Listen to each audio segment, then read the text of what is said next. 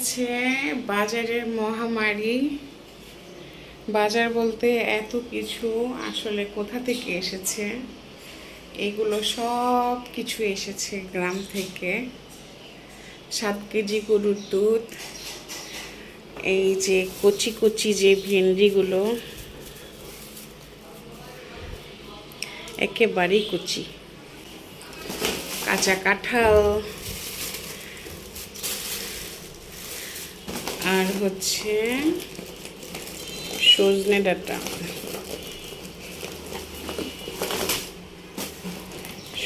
ডাঁটা, কত কিছু।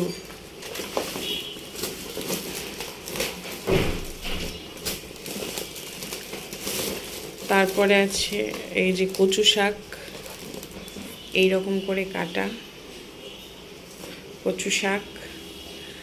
আর এখানে আছে কাঁচা আম, এই যে আম, কি অবস্থা! এতগুলা আম কি এখনো পাকার সময় হয়েছে যে পাকলে খাবো? এত কিছু এনেছে হচ্ছে আমার দেবর আর ওই যে রঘু ভাইয়া। দুধটা আমার অর্ডার দেওয়া ছিল, দুধ, আর আমি বলেছিলাম যে গাছের কাঁঠাল আনতে হবে, আম আনতে হবে। কিন্তু এগুলা, এই যে এটা এটা এটা এগুলো সব আমার ননাস দিয়েছে। আর গ্রামে যে বাচ্চাদের প্যান, আমার ড্রেস রেখে আসছিলাম, সেগুলোও নিয়ে আসছে।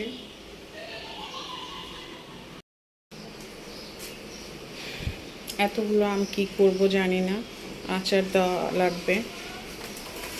আর এই কাঁঠালটা এখন ফ্রিজে রাখবো। আর দুধ আমি এখন গ্রাম থেকে নিয়ে আসছি, যেহেতু ওরা প্রতি সপ্তাহেই টাঙ্গাইলে যায়। কেননা এখানে দুধের চেয়ে গ্রামের দুধ একদম খাঁটি দুধ।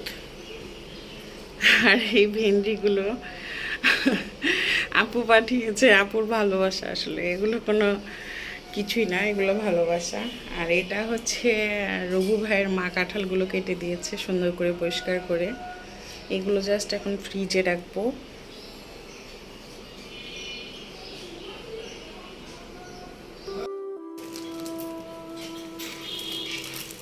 আসসালামু আলাইকুম এভরিওয়ান, সবাই কেমন আছো? আলহামদুলিল্লাহ, আমরা অনেক ভালো আছি।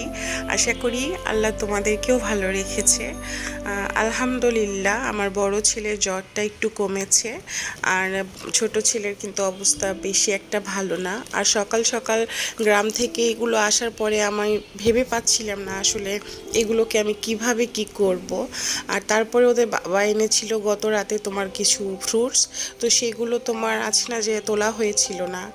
বাচ্চাও অসুস্থ থাকলে কখন কোনটা আসে, কখন কোনটা কি হয়ে যায় আসলে টেরও পাওয়া যায় না। আর যেহেতু আমি বাসায় একাই আছি, সেক্ষেত্রে আমার 2 বাচ্চা সহ সব কিছু কাজকর্ম যেহেতু নিজ হাতেই করতে হচ্ছে, একটু বাসাটাও এলোমেলো হয়ে গেছে, আমার কাজগুলো অগুছলো হয়ে গেছে।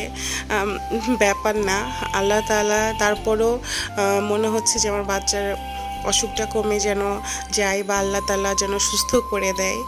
তো এই ট্রেটার উপরে তোমার আট ছিল না, তাই ভাবলাম ফ্রুটসের যেই বাটিটা সেটা আমি একটু সাইডে রাখি।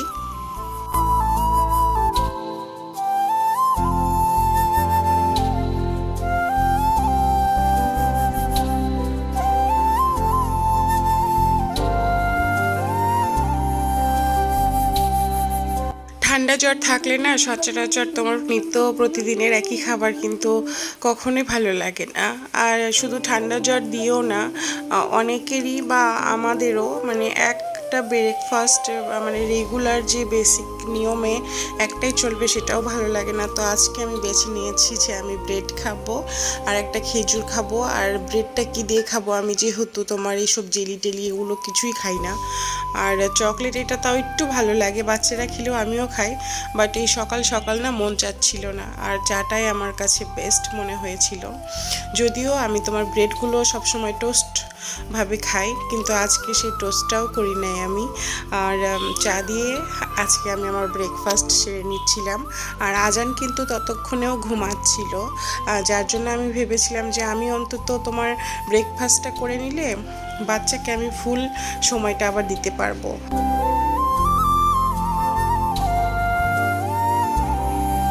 বাচ্চাদের নাস্তা বা খাবার নিয়ে আমি বেশি একটা টেনশন করি না, কারণ তারা যখন যেটা চায় তখনই সেটা বানিয়ে দিতে হয়। আর তাছাড়া আমার ঘরে সবসময় তোমার পরোটা আছে বা ব্রেড আছে। আর ওরা যেহেতু অসুস্থ, সেক্ষেত্রে ওদের খাবার যে কীরকম মানে বলে বোঝানো যাবে না। তো ওই যে আমি গত ব্লগে তোমাদের সঙ্গে শেয়ার করেছিলাম যে আমার বাচ্চার কিন্তু মান্থলি টেস্ট এক্সামটা হচ্ছে। তো আজান হচ্ছে যে শুয়ে আছে, ঘুম থেকে উঠেছে। আর তাকে আমি একটু পড়ানোর চেষ্টা করছিলাম। মানে মোবাইলে শিটগুলো যেহেতু পাঠিয়ে দিয়েছিল মিস, তো ওকে আমি দিয়েছিলাম যে এগুলো মুখস্থ করে দাও আমাকে। আর আমি বসে বসে তোমার একটু করে তরমুজও খাচ্ছিলাম। আর ওকে খাইতে বলতেছি যে না, খাবো না। আর আমার ছেলেটা না, বড় ছেলেরও রুচি একেবারেই কমে গিয়েছে শুধু এই জ্বরের জন্য।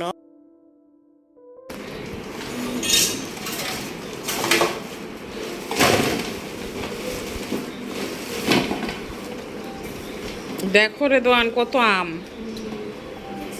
কাঁচা আম কেটে দিব, খাবে? আপা যেহেতু এসেছে, তো আপাকে বললাম আপা রান্নাঘরে বিশাল আয়োজন, আমার গ্রাম থেকে অনেক কিছুই এসেছে। আর এই কাঁচা আমটা না হচ্ছে আমার বড় ছেলে খুব পছন্দ করে। আমার বড় ছেলে পাকা আমের চেয়ে কাঁচা আম বেশি পছন্দ করে, তাও আবার টক জাতীয়। আর এই আমটা কিন্তু কাঁচা মিঠা আম, যেটা কাঁচা বেলাতেই খেতে অনেক মজা।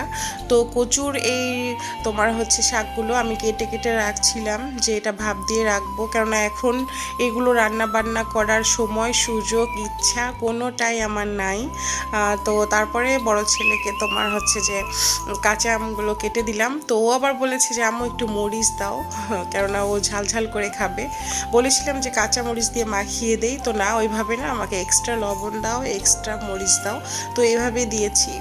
আর এই প্রথম কিন্তু আমরা মানে গ্রামে গিয়েছিলাম, খেয়েছিলাম, বাট কাঁচা মিঠা আম এই প্রথম খেলাম।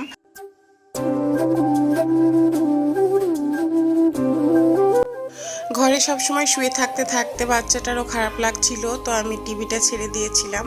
আর ওকে শুয়ে রেখে দেখছিলাম যে 104 জ্বর উঠে গিয়েছে। আর মুহূর্তের মধ্যে আমি বাচ্চাটাকে সাপোজিট দিয়ে দেই এবং জলপট্টি শুরু করে দেই। এত তাপমাত্রা! আমি সারাদিন যেটাই করি না কেন কাছাকাছি থাকার চেষ্টা করছি, এবং কি আমি মানে জোর করে যে আমি অন্য কোনো কাজ করব সেটাও করছি না, যে আমি বাচ্চার পাশে বসে আছি, ওকেই সময় দিচ্ছি। কিন্তু ওই যে হঠাৎ শুয়ে থাকতে থাকতে হঠাৎ করে জ্বরটা আরও বেড়ে গিয়েছে। আর শুধু মানে হঠাৎ করে না, ওর জ্বর কেন জানি 103, 4 বা 2, কখনো 101 বা 100-তে আসা মানে পসিবল না, এই টাইপের হয়ে গিয়েছে। তো বাচ্চাটাকে দিচ্ছিলাম, আর এত খারাপ লাগছিল আমার জানটাকে দেখে, যে আল্লাহ তুমি সুস্থ করে দাও।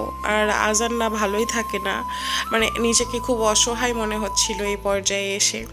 মনে হচ্ছিল যে এক নিমিষে যদি পারতাম তার জ্বরটা কমিয়ে দিতে। তো শুধু আল্লাহকেই ডাকছিলাম, বলছিলাম যে বাবা কিছুই হবে না, কিচ্ছু হবে না। আর আজান ইদানিং অসুস্থ অবস্থায় না একটাই কথা, যে আমি মরে গেলাম, আমি মরে গেলাম। তো মা হয়ে এই কথাটা না রিপিট যখন শোনা যায়, তখন কতটা খারাপ লাগে।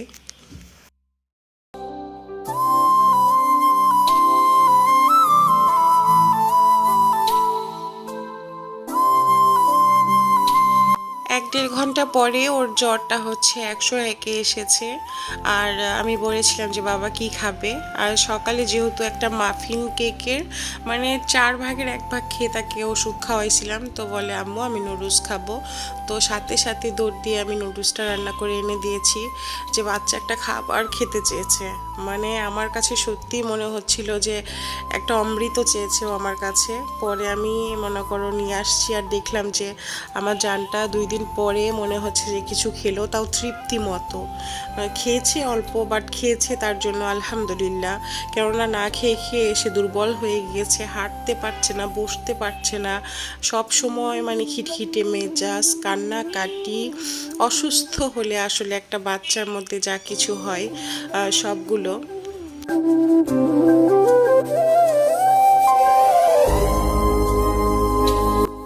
তোমরা যারা আমার ব্লগ দেখছো তাদের কাছে একটা আজকের অনুরোধ, আমি প্রতি ব্লগে তোমাদের কাছে একটা অনুরোধ করি যেন আমার চ্যানেলটা সাবস্ক্রাইব করো, ভিডিও ভালো লাগলে একটা লাইক দিও। কিন্তু আজকে তোমাদের কাছে অনুরোধ, যারা আমার ব্লগটা এখন পর্যন্ত দেখছো প্লিজ আমার বাচ্চার জন্য দোয়া করো, একবার করে ফিমানিল্লাহ বলে দিও।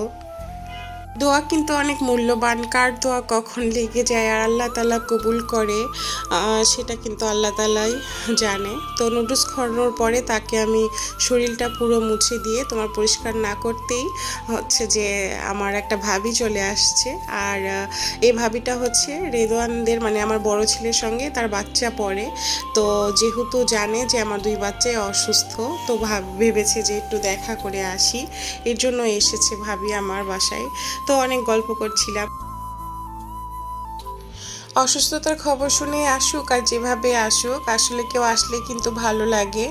আর তাছাড়া আমি যেহেতু তোমার এই বিল্ডিংয়ে থাকি, তো এই বিল্ডিংয়ের কোনো ভাবির সঙ্গে আমার বেশি একটা পরিচয় নাই। আমিও কখনো কারো বাসায় যাই না বা কেউ আসে না। আসলে সেই সময়টুকুই হয়ে ওঠে না, কেননা এখন আমি যেহেতু ব্লগ করি, যতটুকু সময় পাই দুই বাচ্চা, সংসার, পরিবার, নিজের লাইফ মানে যত শত ঝামেলার পরে যতটুকু সময় পাই আমি এখন তোমার ব্লগেই সময়টা দেওয়ার চেষ্টা করি। এগুলো এখন ভাত দিয়ে নিয়ে তোমার ফ্রিজে রেখে দিব, কেননা এই পরিস্থিতিতে এগুলো আপাকে দিয়ে কেটে নেওয়া হয়েছে। এখন আপু এত কষ্ট করে পাঠিয়েছে, আমি তো আর ফেলে দিতে পারি না। আর তাছাড়া এগুলো আমাদের খুব পছন্দের, সো ভাবলাম যে ভাত দিয়ে ডিপ ফ্রিজে রেখে দেয় আপাতত। ঢাকা শহরে একদিন প্রচণ্ড পরিমাণে বৃষ্টি হওয়ার ফলে পুরো ওয়েদারটাই চেঞ্জ হয়ে গিয়েছে, বিকেলটা অনেক সুন্দর লাগে। দুই বাচ্চা অসুস্থ থাকলে কোনো কিছুর খেয়াল একটা মায়ের থাকে। এই যে দেখো পেয়ারাগুলো এনেছে কত সুন্দর, মানে কেউ খায় নাই দেখে পচে এমন অবস্থা হয়েছে। কে খাবে, কে দেখবে? ফ্রিজে আছে তোমার হচ্ছে আমাদের রান্না বাড়া খাওয়া দাওয়ারই ঠিক নাই। এগুলো দেখো কেমন করে বসে গিয়েছে। পেয়ারাগুলো এত টেস্টি ছিল, এই একটা খেয়ে আমরা বুঝেছিলাম অনেক মিষ্টি, অনেক টেস্টি। আর আজান পেয়ারা, অ্যাপেল এগুলো খুবই পছন্দ করে, এর জন্য বাসায় ওর জন্য সবসময় রাখতে হয়। অথচ বাচ্চাটা অসুস্থ হয়ে একমাত্র পেয়ারা আপেলটাই খাচ্ছে। এখন এগুলো নষ্ট হয়ে গিয়েছে, পচে গিয়েছে। পেয়ারা তো পচে গিয়েছে, তো ভাবলাম যে বিকেলটা অনেক সুন্দর ছিল। আর তাছাড়া ওই যে বললাম না, বৃষ্টি হওয়ার পরে তোমার হচ্ছে যে সবসময়ই বাতাস থাকে আর মনে হয় যে একটু বারান্দায় বসি বা জানলার পাশে বসে থাকি এই টাইপের। তো আজান কিন্তু খেলার রুমেই শুয়ে ঘুমাচ্ছে আর আমি ভাবলাম যে তরমুজটা খাই। আর এই তরমুজটা আনার পরে কেউ খাচ্ছে না, কেউ না, আমি না খেলে পচে যাবে। তো অর্ধেকটা কেটে আমি আপাটাকে দিয়ে দিয়েছিলাম, কাজের আপাটাকে।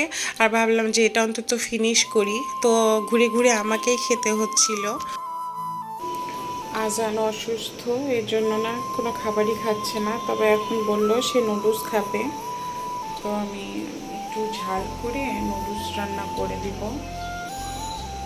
আর এখানে হচ্ছে যে দুধ দিচ্ছি, কেননা রেদওয়ানেরও জ্বর অনেক দুর্বল। তো ভাবলাম যে ডিরেক্ট দুধ যেহেতু খায় না, একটু পুডিং করে দিব। মাঝে মধ্যে মা হয়ে মনে হয় কি যে আমার বাচ্চারাই না অসুস্থ হলে একটু অদ্ভুত আচরণ করে, মানে খাবার দাবার একেবারেই ছেড়ে দেয়, কি খাওয়ালে যে বাচ্চা দুইটার ভালো হবে। তো সেটা ভেবেই কিন্তু আমি আজকে বানিয়েছি তোমার পুডিং। আর আজকেই ফার্স্ট টাইম কিন্তু আমি এত মানে ঝামেলার মধ্যেও একটু সময় করে মানে ব্রেড দিয়ে পুডিং বানিয়েছি। এটা কিন্তু ব্রেড দিয়ে পুডিং বানানো আমার আজকে ফার্স্ট টাইম। আমি এর আগে শুধু চেয়েছিলাম যে বানাবো বানাবো বানাবো, ব্রেড নাগালের বাইরে থাকতো বা থাকলে থাকতো না বা বানাতে মন চেত না। তো আজকে যেহেতু ব্রেড ছিল তো ভাবলাম যে আজকে ট্রাই করা যাক। সো ট্রাই করেছি আর আলহামদুলিল্লাহ ফার্স্ট দিনে এত সুন্দর একটা ব্রেড দিয়ে পুডিং হয়েছে, আমার মানে কষ্টের মধ্যেও খুব ভালো লাগছিল। আর লুকটাও কিন্তু অনেক নাইস আসছে। আর যেহেতু আমি একসঙ্গে দুধ অনেক নিয়েছিলাম, তো ভেবেছিলাম যে একটা ব্রেড পুডিং বানাই আর একটা এগ পুডিং বানাই। সো আমি 2টা পুডিং করেছি। আর এই পুডিংটা অন্তত আমার বড় ছেলে খাবে বা ওদের বাবা বা আমিও সবাই আসলে অনেক পছন্দ করে। ডিরের দুধ খেতে সবারই অলসতা, অনেক অলসতা। আর এইটা ক্যারামেলটা না আমি এত ঘন করিনি, জাস্ট হালকা করেছি। বাট ঘন করলেই কিন্তু আমার মনে হয় যে জেনুইন পুডিংয়ের কালারটা লাগে। তো আমার 2টা পুডিং রেডি। আমি এখন এইগুলো ঠান্ডা করে দেন যখন ঠান্ডা হবে ফ্রিজে রেখে দিব। আর আমার 2টা পুডিং কেমন হয়েছে জানিও। আর আমার আজকের ব্লগটা তোমাদের কেমন লেগেছে সেটাও জানিও। তোমরা ভালো থেকো, আমাদের জন্য দোয়া করো, আল্লাহ সবাইকে ভালো রাখুক। আর যদি বেশি ভালো লাগে আমার চ্যানেলটা সাবস্ক্রাইব করে আমাদের সাথেই থেকো। সো আজকের জন্য আল্লাহ হাফেজ।